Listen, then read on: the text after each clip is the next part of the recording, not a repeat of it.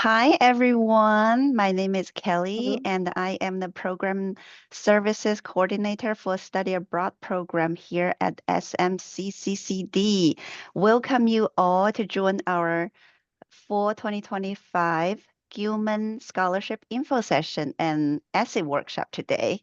It's so great to see everybody. It's a full house today. Yay. And joining us today, we have Study Abroad Program Director, Mr. Zed Gori. We also have a few of our wonderful Gilman alumni where they received the Gilman Scholarship and then went to study abroad, and now they're back. So I'm going to share my screen, going to the presentation mode. During the presentation, feel free to ask questions in the chat. Are you all seeing my screen okay? Yes. Okay, perfect. So, today we will be talking about Gilman Scholarship. Why is my screen? Okay, it's moving. So today's agenda, first we'll talk about student stories. We'll share about their study abroad adventures, and we'll do the Gilman Scholarship presentation. We'll have a small Q&A session and a scholarship essay workshop. We also have our representative from financial aid. Um, Henry Fan is here to help us to answer questions you might have for financial aid. When I click my next slide, it's not showing. Okay, now it's showing.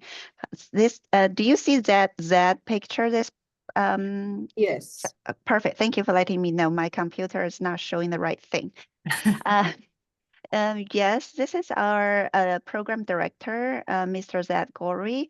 He has just received his 10-year service award at at SMCCCD. He's been here for a long time, and he designed many of our study abroad programs, and he's here to help answer questions, to do our presentation as well. And here, study abroad. Why study abroad? Study abroad is empowerment. This part, how is empowered, you will hear our student to talk about it. So let's have, we have Sierra here, right? Sierra, would you like to share about what program you did and the Gilman Scholarship you received, the application process? Feel free to show your camera. Thank you. Sure, yes. Thank you again for the opportunity to be here. So nice to virtually meet you all. So my name is Sierra Wilson. I am a graduate of the College of San Mateo, actually. So that's like 20 minutes south of Skyline, but I was able to participate in this program through the SMCCD San Mateo Community College District Study Abroad program. So I think for one, congratulations for you all being here. I think actually participating is half the battle too.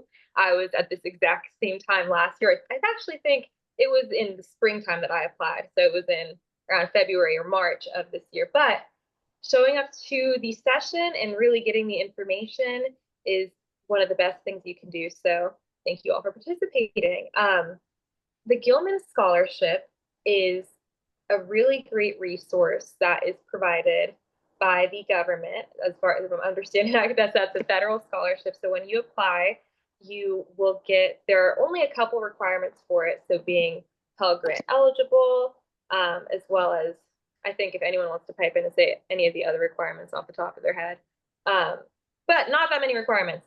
And going through the application, you'll be asked a couple questions regarding your personal journey and experience so far in college. So things such as your program, the program that you want to attend on study abroad, and how this program will help you to reach your academic or your career goals. So what you'll want to do is talk about what you want to experience academically and professionally from your experience abroad. But they say that, but a lot of it is personal too. So I think that empowerment part, as Kelly mentioned, You'll grow and gain a lot in every aspect through being on the study abroad program, and participating in the Gilman and just applying is a great opportunity. I can talk more about that later on if you want, Kelly, about the specific questions, but yeah, open yourself up to it. There's a lot of questions and different ways to approach them, but we'll learn all about it today. So. Thank you. Thank you, Sierra, for sharing that information. We also have Jennifer here. Jennifer did a study abroad program, and now she works in our office as student ambassador. Jennifer, would you like to tell us about your story? Oh yeah, sure. Hi everyone. My name is Jennifer. I'm student ambassador here at the Study Abroad office. And this past summer, I had the opportunity to go to Barcelona, Barcelona, Spain. And the company that I work for was it specializes in sport nutrition for women athletes. Um, and I was able to work with the marketing team. Um, yeah, and some of the tasks that I was able to do was creating visual guides, market research for possible partnerships, and creating marketing materials. But when it comes to the Gilman scholarships, I feel like it was really helpful for me because I felt supported going abroad, and the process of writing the essays included a lot of proofreading, checking, reviewing with the TLC and also with the study abroad um, programs, which was very insightful as as I was able to get feedback, making my statements stronger. So I highly recommend starting your essays now so you can plan ahead. Thank you. Thank you, Jennifer. That's wonderful. And yes, we have a couple more students. We have Audrey and Lisa, but they can't make it today. Lisa is right now in LA. She just transferred. She did our study abroad program in Florence in 2025 spring. And Audrey just came back from Dublin. She did a 8 week internship in Dublin at an university. So they all of them received the Gilman Scholarship. Yay! And we have the benefit of study abroad. Why? You just heard the Sierra and Jennifer. We talk a lot with Jennifer since she works in our office now. Ask her what she learned. Um, she had a great time there. She learned so many things and work at different company. And study abroad enables us, like as American students, gain proficiency in diverse language and culture and skills that are really critical to your academic and career development. Like what major you want major in, and what would you like to do in the future? That's a lot to think about. I know you're all young, and then right now is a time like such this internship program can help you to see what's the career you want to get into, what's it all about. You get a little experience of it. Is this what you really want to do in your future? It make you think. Oh, this is Missy. Missy is our 2025 Gilman winner. What did she do? She did a study abroad program in Rome in summer 2025. She was in Rome for 4 weeks, study film and Gilman program here. So at the SMCCCD, we are a 2-year community college, public institution. We have 80% of our students are color, and over 50% of students applied for Gilman scholarship have been selected. So I highly, highly recommend everybody try. Just apply, submit application. It doesn't hurt. All you need is write your essay and finish the application. I know writing essay can be painful, but it's a great reward. Think about it. You might get $3,000 to $5,000. And what are the upcoming programs? I'm gonna go in next. Oh, these are a group of students. They were doing internship in Ghana in summer 2025. Sierra was in there. So, Yeah, yeah, upcoming super popular. programs. I know. I remember We it have, being popular. yeah, we have semester spring is in 2026. Florence program. It's a 3 month program where you will be learning taking all the classes, community college classes in English, but moving your classroom from SMCCCD to Florence, and you will be immersed in the culture in Florence, in the wonderful old historical buildings. Some of the dormitory apartments are in a couple 100-year-old buildings. They're really nice. And next fall, it will be in London. It's also 3 months. These are similar program, but they're taking in different location. We have our student Kylie here. She will tell you a little bit about Florence after I introduce the program. And summer, we have global internship in Barcelona, Dublin, Japan, Milan, and possibly more. So Jennifer did the internship in Barcelona, and then Audrey did the internship in Dublin. The application is not open yet, but it will, and you all will be notified when the program becomes available. Right now, we're working on the program details. So transfer abroad program. This program is a wonderful program. So it's for students who are in business major.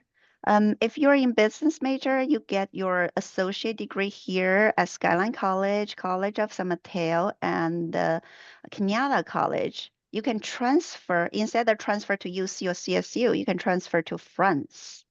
And the benefit of this program transfer to France is it's only 1 year program. Here, the bachelor program is 2 years after you transfer. This one is only 1 year.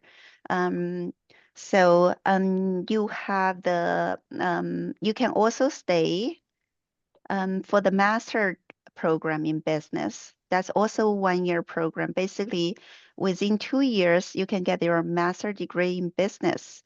It's once a year admission. Students transfer there in September every year, but the application will open up soon for next year. The good thing about this program is Gilman. You can use Gilman Scholarship, and you can also use U.S. financial aid for this program as well. So I highly recommend you talk to our financial aid office if you have question regarding financial aid, and talk to us if you have question about Gilman. Yes, Gilman Scholarship. It's open. Oh, I missed my other slide is not showing up. I'm not sure why. And for summer 2026 program, we have our faculty here. It's Japan. We have Japan, South Africa, and Peru. Um, if Hyla and Jessica, would you like to say a few words about the Japan program? Sure. Jessica, did you want to go first or you want me to go first? Go ahead, Hyla. Okay. I feel like we have to explain that Jessica and I did not know that we both had applied to teach abroad in Japan next summer. And when they created this opportunity so that we could both go, that was just so incredible because of course we've been friends for a long time. And Jessica, Professor Marshall has taught abroad many times before, and I have been to Japan many times. I used to run a business for over 20 years that helped people purchase things from Japan. So I used to go to Japan 2 or 3 times a year for a month at a time. I love Japan, and I am very excited to be able to be a part of offering this opportunity to y'all students. I will be teaching interaction design. which is in the high tech field and essentially is about how do you design interfaces between people and software, but also it's how do you design things for human use. And so there's a lot of culture that ties into that as well. And so being able to teach interaction design in Japan has been a dream of mine for a really long time. So I'm so excited to be a part of this. And Professor Marshall, if you would like to take over. Sure. Welcome. Yeah, I'm super excited about Japan too, and an opportunity that it could create for all of you to be able to get some units done, as well as have an incredible summer that you'll never forget. I'm going to be teaching ethnographic film with a real concentration on Japanese cinema. I'm so excited. I've already started reading about it to prepare. And so we'll be learning everything about older films to newer films and the directors, and then looking at the films as cultural products. So what do you understand about the films before we go, during that process and that experience of being there? How do you think about objects in the film differently, and how do you think about the storylines differently? So I think it'll be an incredible summer and opportunity. We'll also be able to travel a little bit through Japan and to go to some real incredible monuments. So if you have any questions, you can contact Hyla and I. We'd love to hear from you.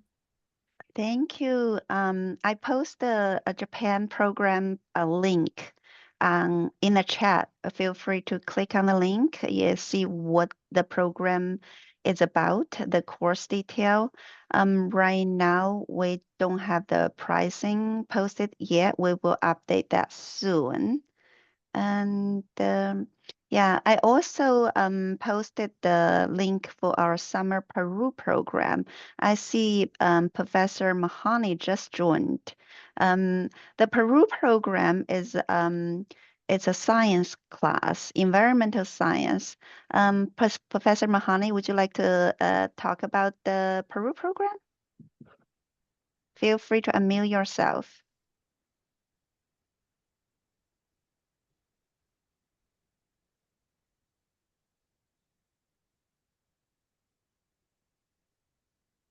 Hello, Kelly. Were you just speaking with me?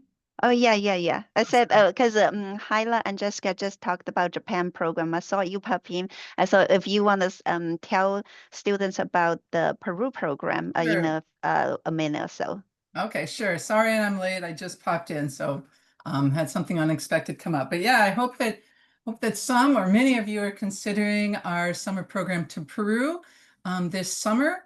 It's kind of a unique program in that you can get your science general education requirement in either life science or physical science done with in a study abroad program, which is not very common.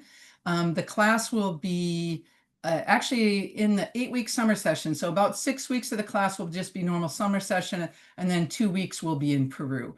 It's very exciting. We're going to be in the capital city, so in an urban environment. We're also going to be up in the Andes, in Cusco and Machu Picchu, and then we're going to spend a week in a desert community along the coast, actually, so along the ocean, helping with sustainability related projects. I guess I should have started with the course is environmental science. So it's environmental science in Peru, and we're going to be exploring all sorts of different themes, from climate change to water pollution and water resources, ecotourism, solid waste management, in the urban environment, the Andes and small communities, and then in this coastal community as well. So really exciting, and a kind of a study abroad like no other, in that we're going to be working with a community organization doing projects in renewable energy and wastewater and that sort of thing.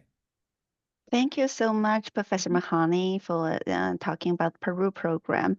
We've been planning Peru program for a long time, refining the program. It's a wonderful program. You will learn a lot. I highly recommend.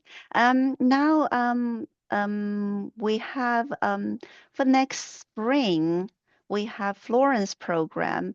Kylie is our student ambassador here. She studied abroad in Florence for 3 months, same program. Now she works in our office and she's transferring to UCLA. Yay. And Kylie, would you like to tell us about a little bit about your experience in Florence? Yeah, of course. I had a great experience in Florence. I studied abroad during the spring semester of 2024. So Professor Marshall was actually my professor during my study abroad too, and I had a really good time in her class. I feel like all my professors during the time also were really like engaging. It was different than over here because we kind of also they did a really great job, I feel like, at using Florence as our classroom. So a lot of our class, like we'd have field trips pretty frequently, and sometimes like even like attractions that you kind of want to see, just going to Florence and seeing the city. We'd use it as like we'd be visiting them during class time, and they'd also be covered with our classes. So that was really fun because we kind of got to learn more than I feel like a regular tourist would, like just buying a ticket to go see something. Um, and I just really enjoyed being able to live in the city as a whole and have my day to day and meeting new people in the classroom. The classrooms I felt were a lot smaller too. And everybody in my experience was very friendly and just excited to be there and exploring the new place and the culture and everything. And it was also really nice living in a walkable city. So that was the one thing that I actually really miss and am excited to um, kind of live in a more walkable place too. Um, Now having like looking forward to being able to transfer. Sorry, but yeah, I think that the program was really good overall, and the faculty was really nice and helpful. I didn't really have many major issues that I couldn't resolve. Thank you so much, Kylie. I have to tell you, Kylie actually traveled again this summer to Europe and she went back to visit Florence. That's how much she liked Florence. So, and I'm going to continue with my presentation. Thank you all faculty and students for telling us about the program and your story. And here we go. We have a Gilman Scholarship coming up, awards up to $5,000. Which program are eligible? Spring 2026, summer 2026, fall 2026. You can apply. The application actually not open yet. It's supposed to be open in mid-August.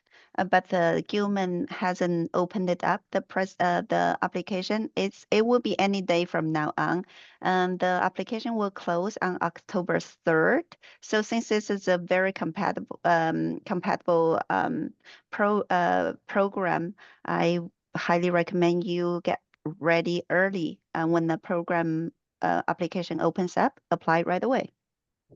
Oh, this is a picture of summer Rome program where Professor Ingrid took 20 students to Rome. They spend a month over there and study film. So once you were awarded with Gilman a scholarship like Sierra did and Jennifer did, what kind of benefit do you get? You can see you can have the Gilman Scholarship Scholar Network that you can connect with other students who received the Gilman, even when you're not students anymore. When you enter workforce, where you can make connection, and alumni ambassador program, seminars, career workshop, skill development. Yeah, a lot of opportunities. Oh, this is another photo of our Ghana program in summer 2025. Yay. So this is our latest Gilman recipients. We have Lisa, Mitzi, Audrey, Ciara, Jennifer. And the eligibility. So you must be a U.S. citizen or national and participate in the undergraduate program, must be currently eligible for federal Pell Grant. All the study abroad programs have to be credit bearing. All the program we offer are CSU and UC transferable, so you don't have to worry about that part. And then in a country or area with an overall travel advisory level 1 or 2, what does that mean? It means U.S. Department of State deemed that those countries are safe for U.S. citizens to travel. So we bring all our students to the safe area. Oh, there's a photo of Audrey. Audrey was in Dublin. This is a group of students in Dublin. There's another scholarship. It's called the Gilman McCain Scholarship. It awards up to $5,000 to child or spouse of active duty service member. If you know anybody that qualify for this, let them know, spread the words, and they can come to our office for guidance as well. Diverse background. So who normally applies for Gilman Scholarship? It's a lot of first generation college students, minority students, community college students. That's why our college college students have been receiving so many Gilman Scholarship. It's all start with our director, Zed Gorey. He's initiated have our community college student to apply for Gilman because he had a vision that I the programs are pricey. How can students afford it? And then he started the Gilman program. He didn't start the Gilman program. He announced the Gilman program here at SMCCCD, introduced the program to our students. Ever since he started 10 years ago, we have been getting Gilman awards every semester. So thank you, Mr. Gorey. And a lot of students from immigration household, LGBTQ community, Hispanic community, and all this financial aid needs. Tell your story. We have a whole session of workshop talk about this part, so you don't have to worry. Application process. There are 2 steps. First, students apply. You must apply and write your essay, submit your unofficial transcript. When you submit, select advisor, it's in the system. You don't have to worry who to select. It has a drop-down menu for each CSM, Canada, and Skyline. We have different advisors. Zed Gorey is advisor at Skyline. I am at Canada, and we have another Miss Brittany Snee at CSM. And so you can select us. And if you're not clear, give me a call or email. I can guide you through. After you submit your application, advisors, which is us, will review your application, make sure you have all the information correct. Then we approve. Approve, and then the application will go to Gilman. Gilman has a selection committee that reviews your application, then award. Oh, too much. So there's 3 essays. Number 1 is statement of purpose. Number 2 is building mutual understanding. Number 3 is follow-on service project. Mr. Zhang Chu will talk about that. Selection criteria. What are they looking at when they reading your essay? Where are you going to study abroad? Right? A lot of students going to Europe. That's the most popular study abroad destination because the program have been developed for many, many years in Europe.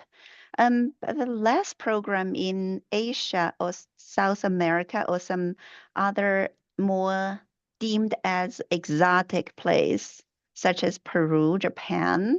Those are wonderful locations that students have a high possibility getting the award as select those locations.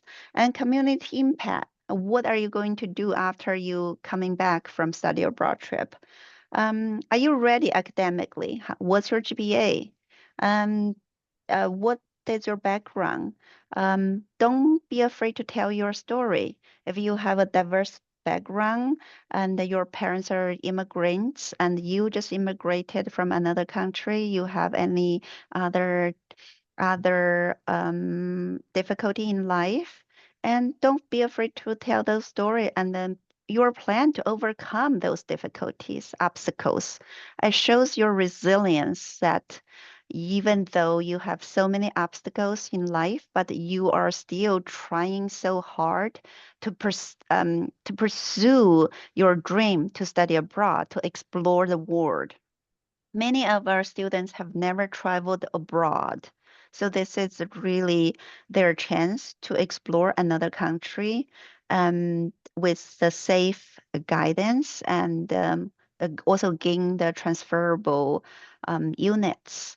And because after you transfer to CSU or UC, it will be really hard for you to study abroad. Most study abroad programs offers general education classes. Since you're here, you'll be taking general education classes. These classes all fulfill your the requirement. So why not do it? The next keywords. What's your passion? Why are you empowered? How are you planning to empower others? And what are you going to do with your community? Are you planning to give back? How are you going to make difference? Like Ciara, Jennifer, they are here to make difference. They coming back. They are empowering other students to apply for Gilman to study abroad.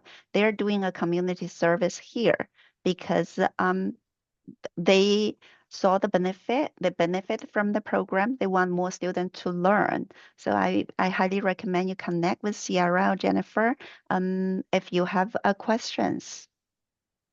And tips. Yeah. Zach, would you like to talk about tips? Sure. Thank you, Kelly. So I also have a new computer, but I'm using my laptop just so that there are no glitches. Thank you all for joining today's first info session on the Gilman Scholarships.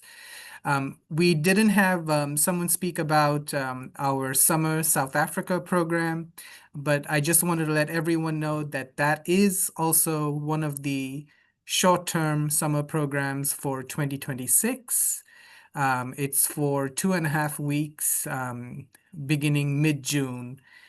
So that should also be on your radar. The two classes there is one is through Skyline College and another one is through uh, College of San Mateo. So we'll have those details as well on our website for South Africa. So some tips for writing competitive essays with the Gilman Scholarship. I will say, I have served as a reviewer on the Gilman Scholarship at least 4 or 5 times in these 10 years. So I've read about 500 essays of students they send each reviewer about 100 applications. They do not send us our students' applications. I have received from other universities and colleges around the US. What I will say, definitely proofread your essays, have someone else read them as well, work with your advisors. And there is a new thing, which I'm sure a lot of you have tried out, and that is AI, and ChatGPT. What I would say is just be cautious when using ChatGPT. Preferably, if you have your essay already completed, you can put it in there and just see what it does, if it creates something more. But it would make your essay sound more generic, and you don't want that. You want to be really creative and have your essays be personal to yourself. So I'm not saying not to use AI, but use with caution because a lot of students will be using ChatGPT, and reviewers will know, oh, this student just plugged it into that, and it just sounds very generic. So really look into that. Spelling, punctuation, and grammar. I think the best essays are those that are creative, especially you have the statement of purpose essay first, and then you have um, the essay on the service project. The service project, I always recommend students to come up with a plan. So if you can come up with a plan and just put bullet points when you get back, like Sierra and um, our students here who have talked about, they're giving back, they're promoting the Gilman Scholarship. So you can say that, hey, when I return, I plan to, on this time, to promote the Gilman Scholarship to students in my learning community, for example, specifically going and reaching out to them. When will you reach out to them? Who are you going to connect on campus? Is it the learning community coordinator at your campus or at a four-year university? How are you going to do that? They want to see the plan. Um, so that's, I would say, are a very quick, in terms of tips for writing competitive essays. These are reviewed twice, and you have the opportunity before you hit submit to send them for review to our experts here. And that has been really beneficial to a lot of students. So planning and starting early is highly, highly encouraged. Start early on these essays. We have 2 months until the application closes in October. So this is a perfect time to start early on your essays. And we also share, with their permission, redacted essays of students who have been competitive and done really well, or received a lot of funding through the Gilman Scholarship.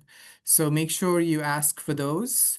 And then, your professors are also there to help you out in reviewing your essays. So yeah, that's my very quick pitch on some tips for writing competitive essays.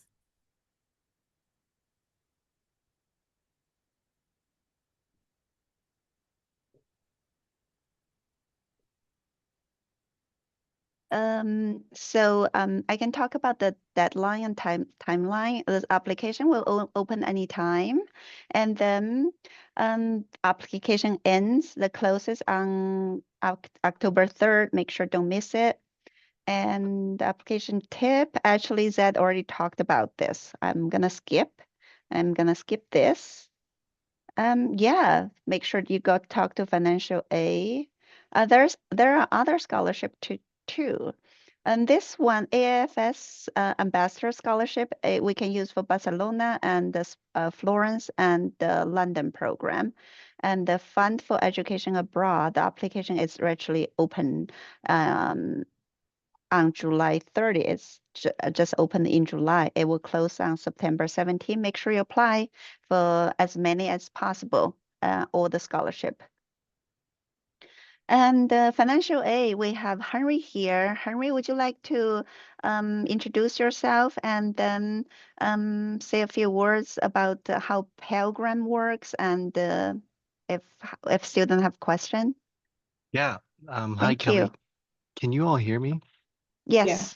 Okay. I wake up in the middle of the night in sweats, thinking about Zoom conversations where I'm just talking to myself. So thank you for confirming that you can hear me.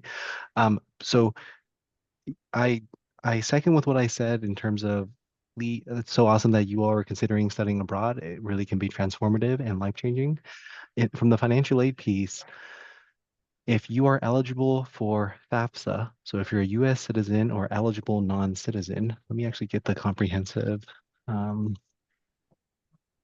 definition into the Zoom chat because this is an important one because I don't want you all to waste your time if you're not an eligible non-citizen. So If you are a citizen or eligible non-citizen, please do complete your FAFSA application. It's not until you can complete your application till we know that whether or not you're Pell Grant eligible. Um, I have a lot more to say, but it's one of the reasons I created those resources, the money facts, the Spotify thing, the YouTube. So please take a look at that. I don't want to lecture y'all, but if it's something that you're hungry about, please engage with those resources and reach out. Yeah. Thank you, Henry. Yes, reach out to financial aid. These are the contact information for financial aid's office. If you are on different campuses, just go talk to them in office. And these are our wonderful student ambassadors in our office. And Wing, Philip, Jennifer, and Zoe. Philip is here, right, Philip? Philip is our two-time Gilman Scholarship winner. First time he received the scholarship for Japan internship. Second time was Barcelona, but for the Japan one, he couldn't go in person because pandemic happened. He did a virtual internship. He was able to go Barcelona. Philip, would you tell us about your experience? Sure. Thank you, Kelly, for giving me this opportunity. Everybody on Zoom here, I cannot express enough this great opportunity to be able to go live in Spain, especially Barcelona, and learn some Spanish. I went there for the summer 23, and guess what? Gilman paid about 40% of my trip to Spain. So please start early on your Gilman application. There is nothing better than starting as soon as possible and keep reviewing it. The more you review the application, the more you add into it, the more your reward will become higher. It's not going to get maybe 1,000 or maybe 1,500. The better your application is, the better your reward, up to the maximum of 5,000. So don't miss this great opportunity. And you get credit for your classes that as if you study here, plus 2 for 1, the fun in Barcelona, the fun to live another country, learning something new, bringing something back with you. What I did bring back with me, believe it or not, I didn't appreciate anything around me here, but after I came back, I appreciate everything I have, from being in a college, being an adult back to school that never happened anywhere else.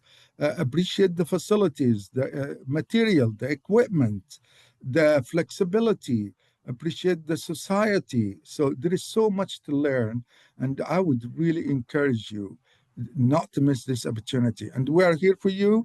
We are a big team. I'm very passionate about sharing my experience, the application, how I did it, and how did I overcome obstacles overseas. Don't be scared. And if you've never been overseas, it's a great opportunity, because guess what? Believe it or not, somebody will be waiting for you at the airport with your big name on a big flashy sign, waiting for you at the airport, take you to your residence, take you the first day back to your campus or your college. So it is very protected. You will have time alone if you wish to. You will be meeting new people if you wish to. Everything is provided for you. I wish Thank I you, could do it Philip. again. I wish I could do it again and again. Don't miss it. Yeah, thank you, Philip. Sure. This is me. My name is Kelly. And feel free to reach out to me if you have questions. And this is our QR code. Follow us on Instagram and Facebook. If you regularly use social media, we post student stories and the program info on our social media. And does anybody have any questions before we going into the workshop? Feel free to unmute yourself. Okay, I don't see any questions. I have one Miss, very quick for Henry at okay. the financial aid. If you can please educate me when I talk to students, residents but not citizen, to make it easy. How can I attract them to come and see you, but especially if they are at Cañada and CSM? What is residents but not citizen qualification? I think Henry probably Okay, left. okay, Yeah, we can talk about if sure. students have individual questions, they can reach out to us. So now let me introduce you, Mr. John Chu. He has been facilitating the workshop for the last couple years, and he was able to help many of our students to with their essays, getting awarded with a scholarship. Thank you. I will let you share. No, am I still sharing? Okay, I'm stuck. Okay. The Thank you, John, for being here, always supporting us. Happy to. Can everybody hear me fine? Yes. Alrighty, everybody. So, how are y'all doing today? I need to change that photo of me from like the directory. Like that's not even my hair anymore. And every time I see that, I just get a reminder that that's back when my hair was down past like my shoulders. So I'm going to be kind of going over a bit more in depth about what kind of goes into the essays that are required to talk about with the Gilman Scholarship itself. And we're going to begin kind of a bit of a discussion on how to approach it and some of the thoughts that you're going to want to be keeping in mind as you begin drafting and thinking about the essays. So before I get in, I want to talk for a second about the Learning Center. This is where I work. If ever you've ever any of you have ever been in Building 5, you'll see me wandering around there all the time. We are in the bottom floor. So we are open Monday through Friday, Mondays and Tuesdays 9 to 5 p.m., Wednesdays and Thursdays 9 to 7, and Fridays 9 to 2. And you can come in here and you can kind of get help with a variety of services, whether that's attending any of our kind of like ongoing academic workshops or whether it's coming in for specific tutoring. I am one of our writing and reading tutoring lab leads. So I help manage and kind of work with our tutors and help them grow and become good at helping people with a variety of things, including things like the Gilman Scholarship, which most of our experienced graduate tutors have worked with and helped people apply with their essays for the Gilman Scholarship itself. So if you're looking for help just getting started, building up these ideas even further, I highly recommend either reaching out to me. I'll post my email in the chat before we finish up, and then going further from there. And then peer mentoring is kind of the opposite of tutoring. If you're trying to kind of build some of the like the soft skills, the study skills, the like time management, stress management that are necessary to kind of do well and succeed in a college setting, I highly recommend working with our peer mentors who are students who have been here for such a long time. All right. So before I get started, could you either raise your hand or put something in the chat here just telling me who here has actually applied for a scholarship before?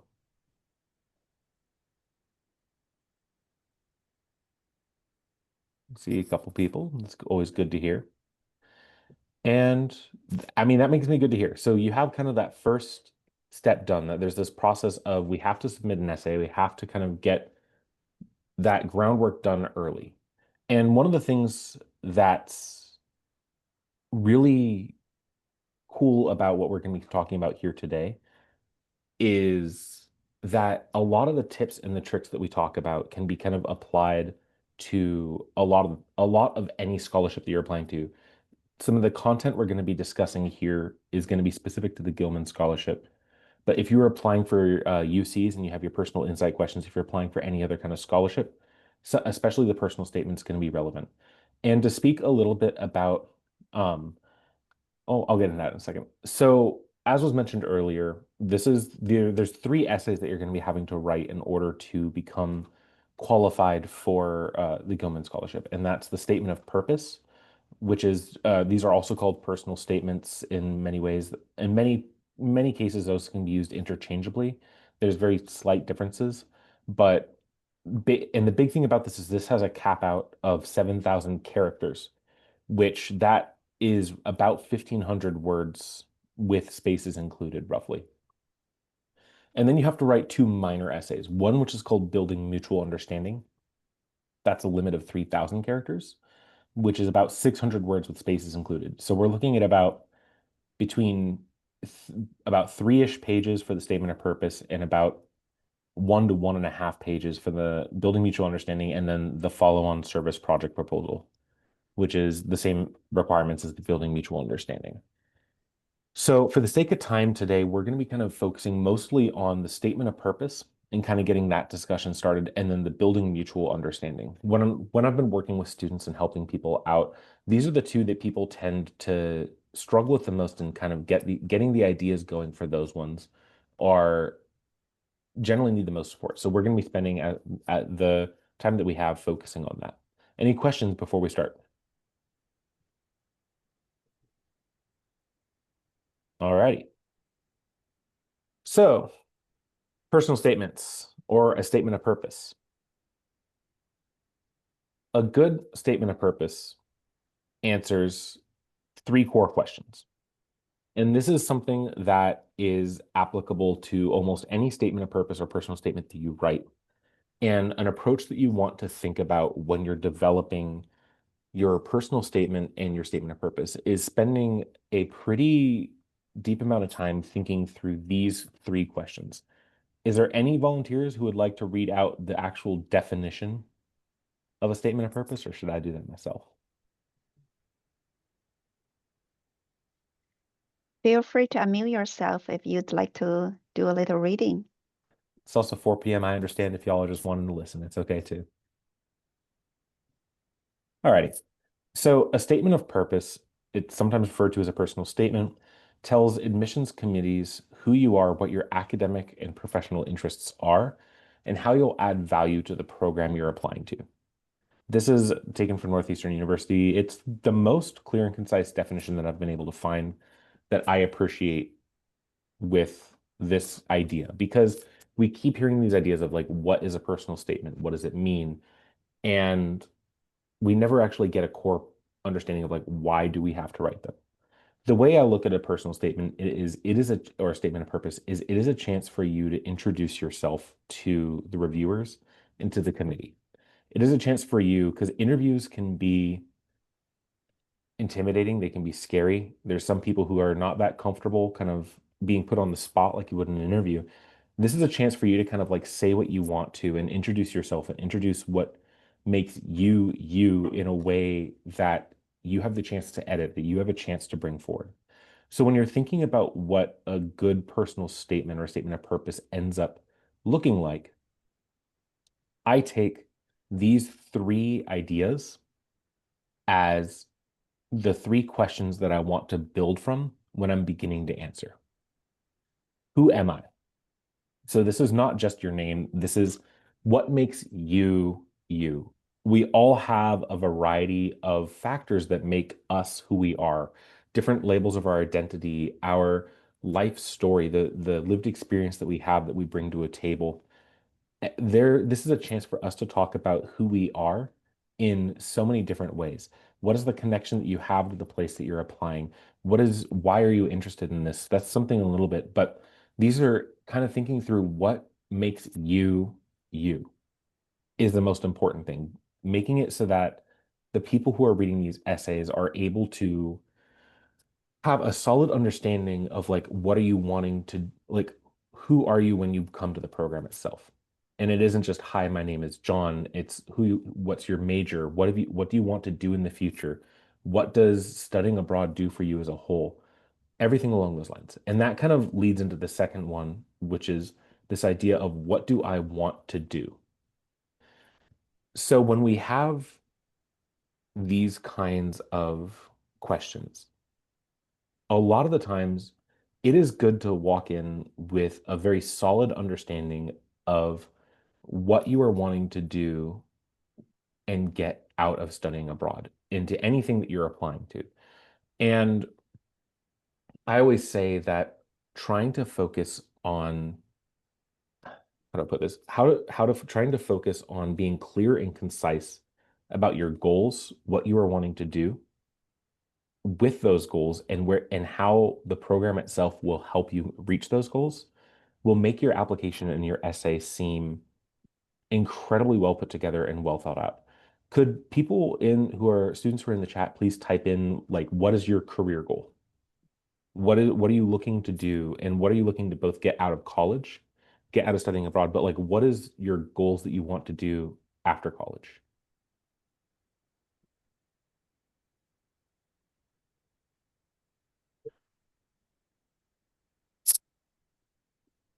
Don't be shy. Mm-hmm. Unmute yourself. And if you want to talk, you're welcome to do that too. Yeah.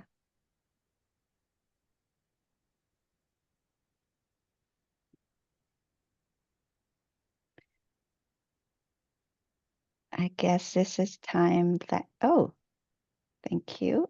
Want to transform education for the future. I like that. Language. Create a business. I like to hear that. Help other people.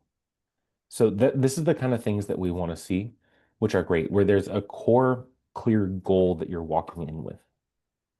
That is something that is incredibly important. And also, and walking in and being able to put that in a way that that shows who you are is a really meaningful thing, because who you are is where you've come from, but also what you're wanting to do in the future. Our past experiences shape where we're wanting to go, and that forms a bit of a cohesive idea here. And the final thing is, what do I bring to the program itself? This is where we tend to really need to think about this, is like, what is something unique about you that you bring to the study abroad program, to as a representative of the college and this area? What is it, something that you yourself bring to this program? And these are the questions that we want to focus on when we're kind of thinking about and developing a concrete statement of purpose. I'm seeing quite a few more people typing in here, and that makes me happy. Thank you all. And what this is going to do is we are going to do this. I had y'all write the first sentence here, but I want y'all to actually take a few seconds to actually begin writing further from here. Let's take 5 or so minutes and try writing one sentence on top of the one that we already wrote that you can begin working from. And just one sentence introducing, who are you? What makes you tick? What it makes you do, like, what makes you you? I've said that a lot, but that's the best way to describe that. What makes you stand out as a person? What makes people engaged and interested in getting to know you? And then what are your academic and professional goals? And the final thing is, what is something unique about you that you bring to studying abroad? This is the thing that a lot of people tend to think about and struggle with when thinking through a personal statement is, if anyone's like me, I always struggled to kind of write about myself in this way when I was beginning to work in scholarship statements, because, like, I don't want to be sounding like I'm bragging about myself, but there's a balance to be made when you're looking through this kind of writing. And being honest about what is something unique and interesting that you bring about yourself helps make you seem like a better candidate. And this is one of these moments where when I talk about AI, when I talk about stuff like AI, which a lot of people could think I could just pop this into ChatGPT and get something out of this. And I'm just going to let you know, I've worked with a lot of scholarship statements and a lot of personal statements that used AI as a fundamental, like, basis for building it. And all of them, to be frank, are boring.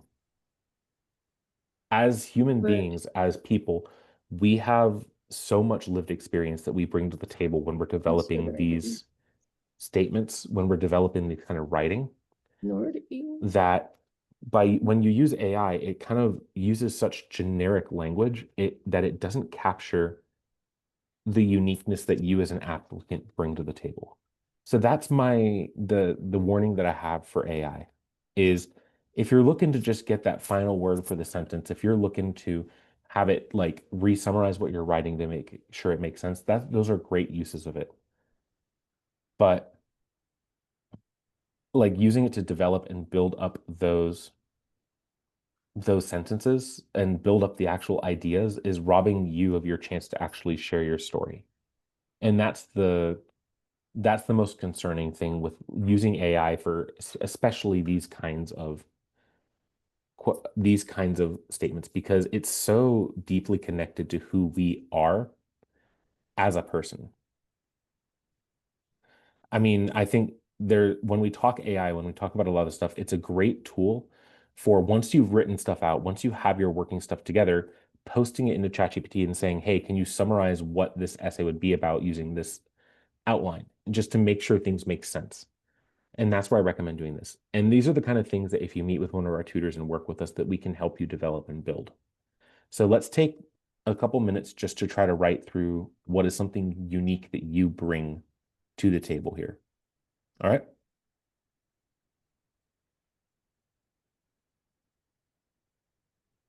And you can just either unmute and read it out when you would like to, or feel free to type it in the chat.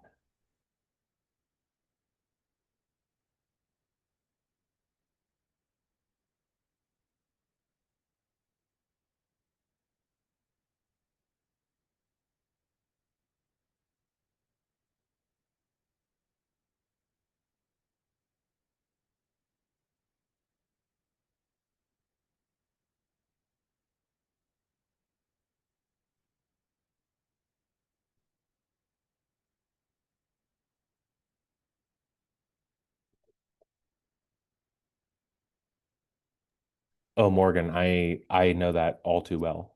And that's one of these areas where like kind of getting that first sentence is such an important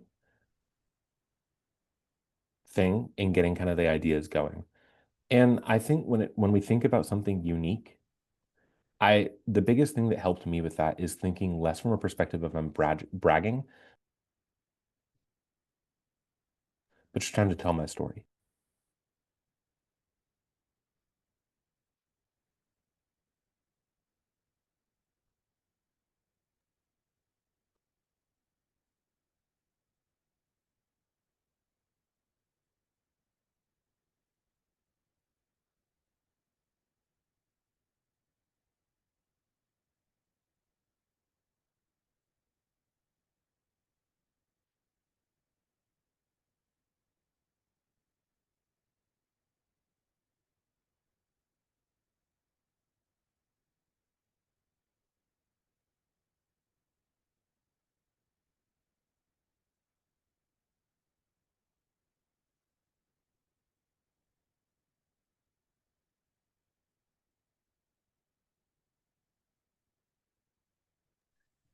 That's great, Jessica. That's the kind of thing that we're looking for there.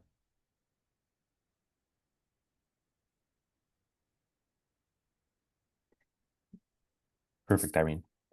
Those are the ideas that we're kind of looking for, something that makes you stand out and seem unique as an applicant. Because what's nice about this is that by having all three of these ideas together, we build in a fundamental understanding that they are getting to know who you are as a person. You're introducing yourself in a lot of ways, but then you're also saying, what is it concretely that I'm wanting to do in the future? What does studying abroad do for me? And then what is something that I bring to studying abroad? And with the Gilman Scholarship, because $5,000 is a lot of money, and they're wanting to make sure that the person that they're giving that money to like has this clear vision, and they're able to like write it out in a way that does all of this in a meaningful way. Is there any questions about personal statements? Before I move on, we don't have a lot of time today, or else I'd want to talk some more, but I will post my email at the end of this, and I can help you set up a tutoring appointment to get some help with kind of the development if any of you would like. So we did that. And these are just a couple things to think about specifically with the personal statement when you're tailoring it to the Gilman Scholarship itself. So how will studying abroad specifically help you with your academic and professional goals? I saw people talk about wanting to like get into the video game industry. How will being abroad help you achieve that goal? In writing in rhetoric, we have this idea of putting things in conversation with each other. And this is what we're wanting to do. So when you have a goal of like transforming education, when you have a goal of entering the video game industry, when you have a goal of starting your own business, that is a great thing to have that clear, specific goal. But what does specifically going to another country, studying in another country, how does that help you further those goals? What does that do for you? Does it broaden your perspective? Does it let you make more connections with people? Does it let you see different parts of the world stuff along those lines. And then the next thing is, why did you choose this specific program and host country? There's a lot of reasons people tend to specifically choose a country they would like to go to. If it's just, I mean, it's perfectly okay if it's just like, this is my final semester and I really want to do this. And then the other two that are important to think through with this specific one is, in what way are you academically prepared to be a You scholar can leave those over while there. abroad? Yeah. And then what knowledge and experience do you have that you can draw upon while abroad? This is a bit of a continuation into the what's unique about you idea. Is what have you done that shows that you will do well in school while you are abroad, while you are in another country and representing Skyline in another country? These are some of the core perspectives to like kind of think about when trying to tailor your your writing to this scholarship itself, and things that are good to think about. And I'll have the link of the slides if anyone would like them to be able to reference later on. I'd be happy to send them to you. So moving on, I want to get to the building mutual understanding essay, because this is the one that tends to stump the most people when writing with it. So, Gilman scholars represent the United States as citizen diplomats in their host communities. They reflect a diversity of values, beliefs, and opinions that is fundamental to providing a balanced representation of the United States abroad. Gilman scholars are expected to contribute to the goal of building mutual understanding by sharing what it means to be an American, by learning about the host culture, and by building meaningful relationships. And you only have 600 words to do that. That's not a lot of words. So, I want y'all to think. Every single person has a different perspective of what it means to be an American, someone in the US. We all have different walks of life. We all have different things that one second. We all have different things that make us think about our identity as Americans. And this is one of these things that each person is going to have their own unique answer. And I want to take the next 10 minutes to think about, and then we're going to write and talk a little bit about this, is think about these following ideas. Is how does your story and your lived experience affect your perception of being an American? And how does this change while abroad? And does this change depending on the country you will be in? These are the different things that we need to think about with this essay. So first of all, there's us and our own lived experience. I am a 5'11" bearded, large white dude. And I've had people say when I've talked with them that I am in many ways are what people would think of as the stereotypical American. But that's just not true. That's the stereotype.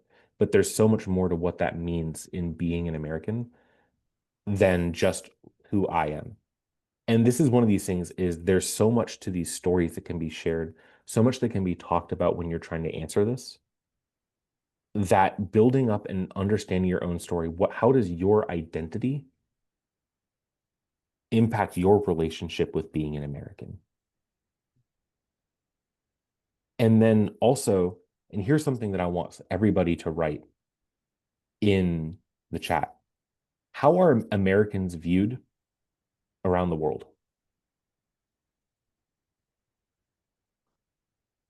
Does that change country to country? What does that look like? But what does it mean? How are Americans viewed internationally? And I'll type this question.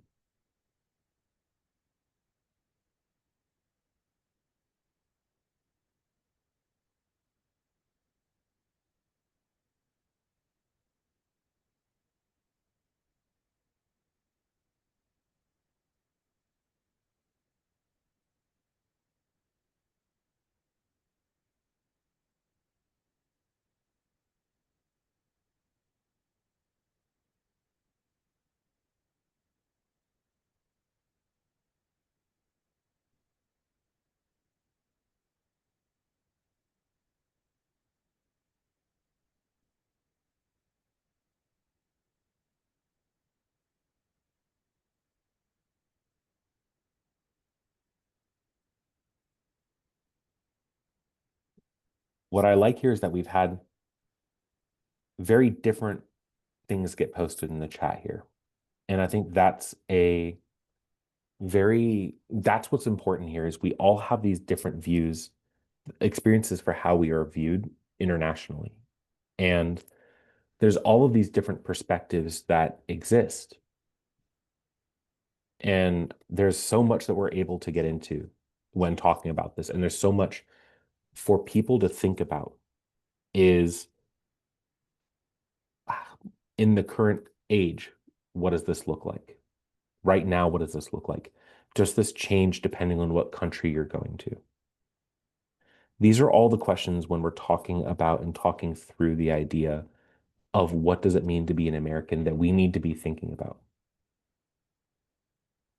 And I mean, I think that's the like looking more at this chat here. I mean, and yeah, also like challenging the idea of is there a such thing as just an American? Are there different people and are different people viewed differently who come from America? These are the different things that we need to think about, how our lived experience influences this. How do we engage with these ideas ourselves? And I think there's a lot of discussions about like privilege, which I think is a really important thing. And how we engage with and think about these ideas when we are abroad is incredibly important. And this is when I think about the essays that have to be written, this to me a lot of the time stands out as the most important essay. Because what this is a chance for you as an applicant to show your ability to critically self-reflect, to think about your own experience, that my experience, and the reason like I said like what my identity is earlier, is because my experience is so fundamentally different.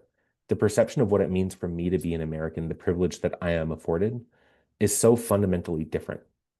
And then how I am viewed and engaged with internationally when I have been international, that is different. And those are the things that we're wanting to think about and to look at. And this is the kind of thing that we want to write about is because we have these ideas of like how we're viewed. And now I want y'all to take a few minutes to write something down is what can you do while internationally to build an understanding of what you want an American to be seen as? Because when you go internationally, when you are studying abroad, many times you will be the only or the first person American these people have ever met. So what are you able to do to either challenge these stereotypes that exist, to be a representative of American and try to change people's perspectives of what we look like if they have a narrow perspective, or be an incredibly good first impression? So let's take a few minutes to kind of think through that and write in the chat here what you would do kind of in that kind of situation when writing through this.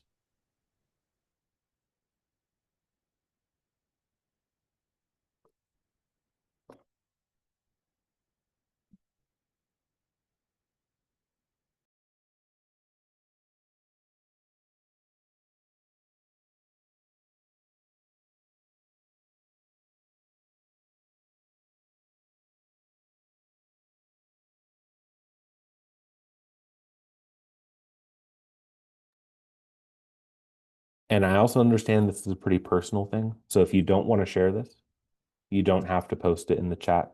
I'm not going to be, I won't make it a point to kind of like read anything. If you do want someone to read it, you're welcome to like direct message it to me in the chat. But don't feel obligated to have to post this because I know this can be something, especially for an off the fly thought that you're trying to process and put together. These are just, I'm wanting to designate the time here for people to actually have the chance to think through this.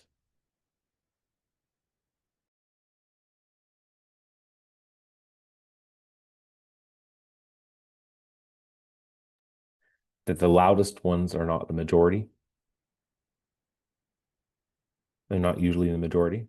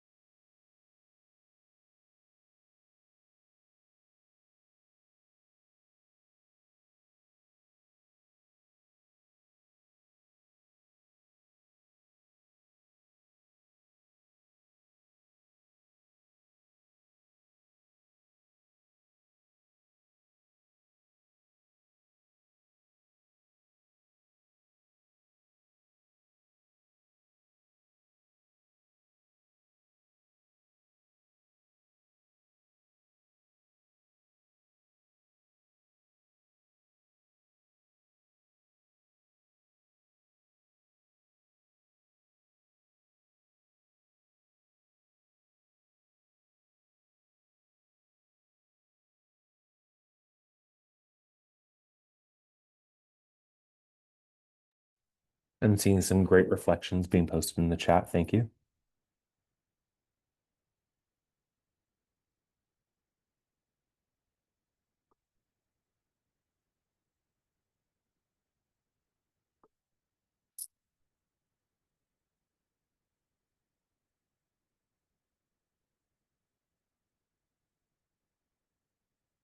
Yeah, I mean, I basically what I'm wanting to do is we're taking some time to kind of like think through and type answers in these into the chat if you would like to. With this one, it's just I know this can be a very kind of like personal thing to think about, so I'm not trying to like force people to post their thoughts immediately about this. But if people feel comfortable engaging with and putting this forward, I'm welcoming them too.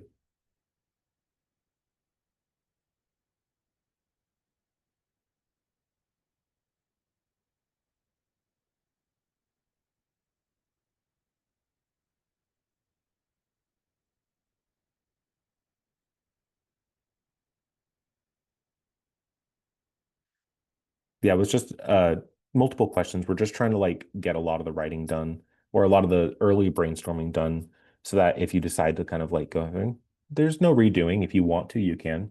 We're just kind of getting these ideas together and kind of going through it with just kind of talking through stuff and getting ideas together because when it comes to this kind of writing, the most important thing is to leave with an idea. And having some writing done, whether it's personal writing that you keep for yourself or whether you want to like put it out here, it doesn't matter to me as long as it's something that we get done so that you leave the workshop with something. That when you begin that application, you're able to leave with something.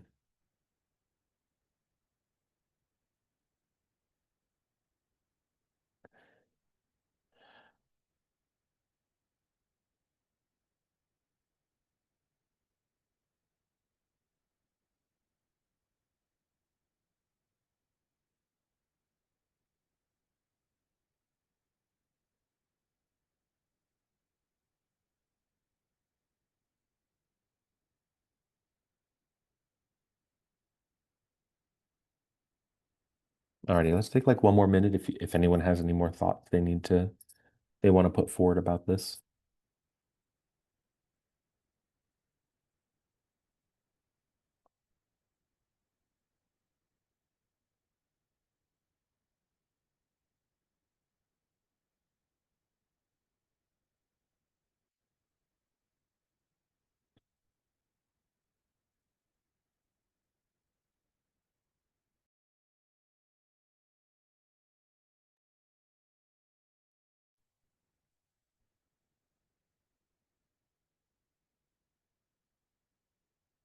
Alrighty, so let's continue on, and I'm gonna kind of briefly explain the third essay.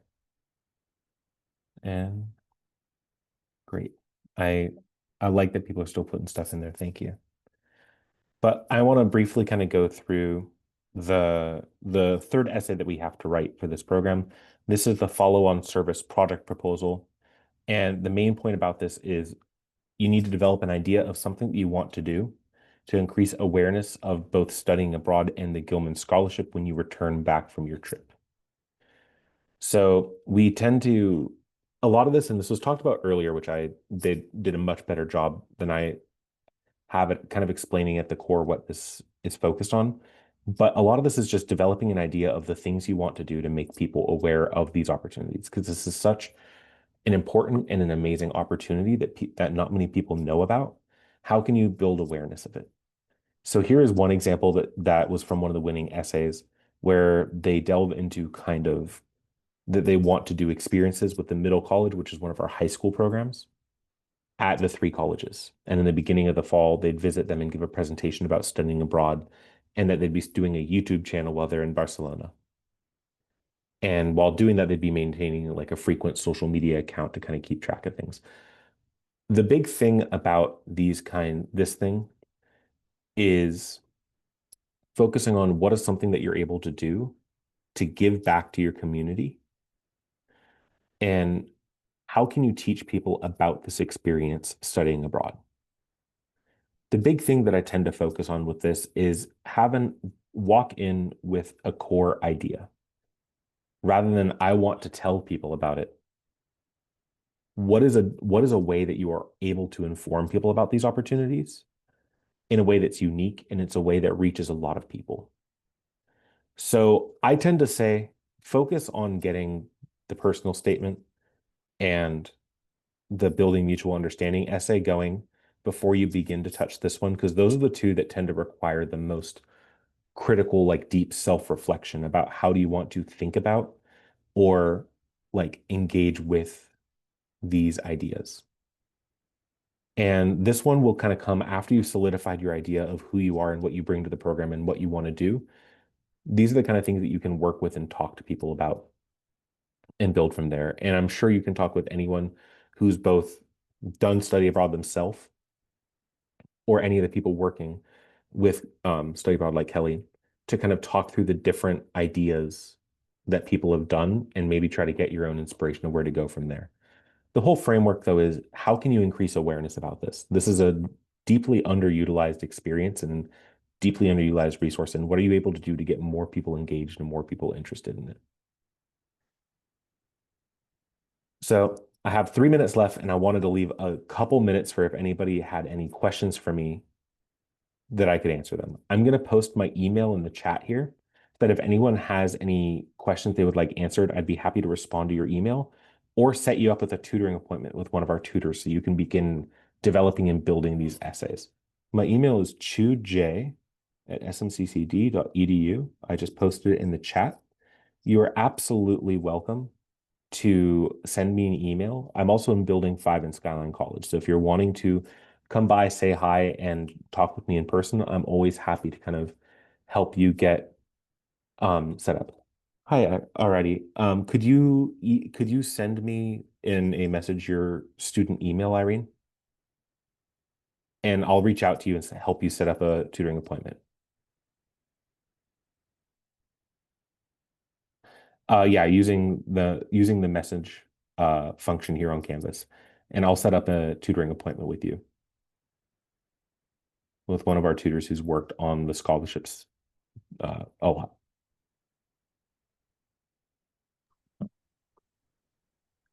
Thank you so much for this Of wonderful course. session. Yeah, you always do. It was so detailed and so inspiring. Now I'm thinking, what should I put? All those questions you asked, such great questions. Yeah, reach out to John if you want to set up a tutoring session to work on your essays. Do as early as possible. You know, people are busy and schedule get it might get tight. So schedule your appointment as soon as possible. Talk with us, and I'm always happy to. You have my email in here. Reach out if you would like to, or come in person. I just want to reiterate that having a person to bounce these ideas off of is one of the most important things out there for succeeding and doing well on these kind of essays. That these kind of essays, the ones that come out amazingly, are never something that have been done alone. They're always something that have been done collaboratively, working with the advisors, working with tutors, working with everybody. So I highly recommend working with as many people as you can, getting as many ideas as you can to go forwards with this. All righty. Thank you so much. Thank you, everybody, for attending this session. Okay, now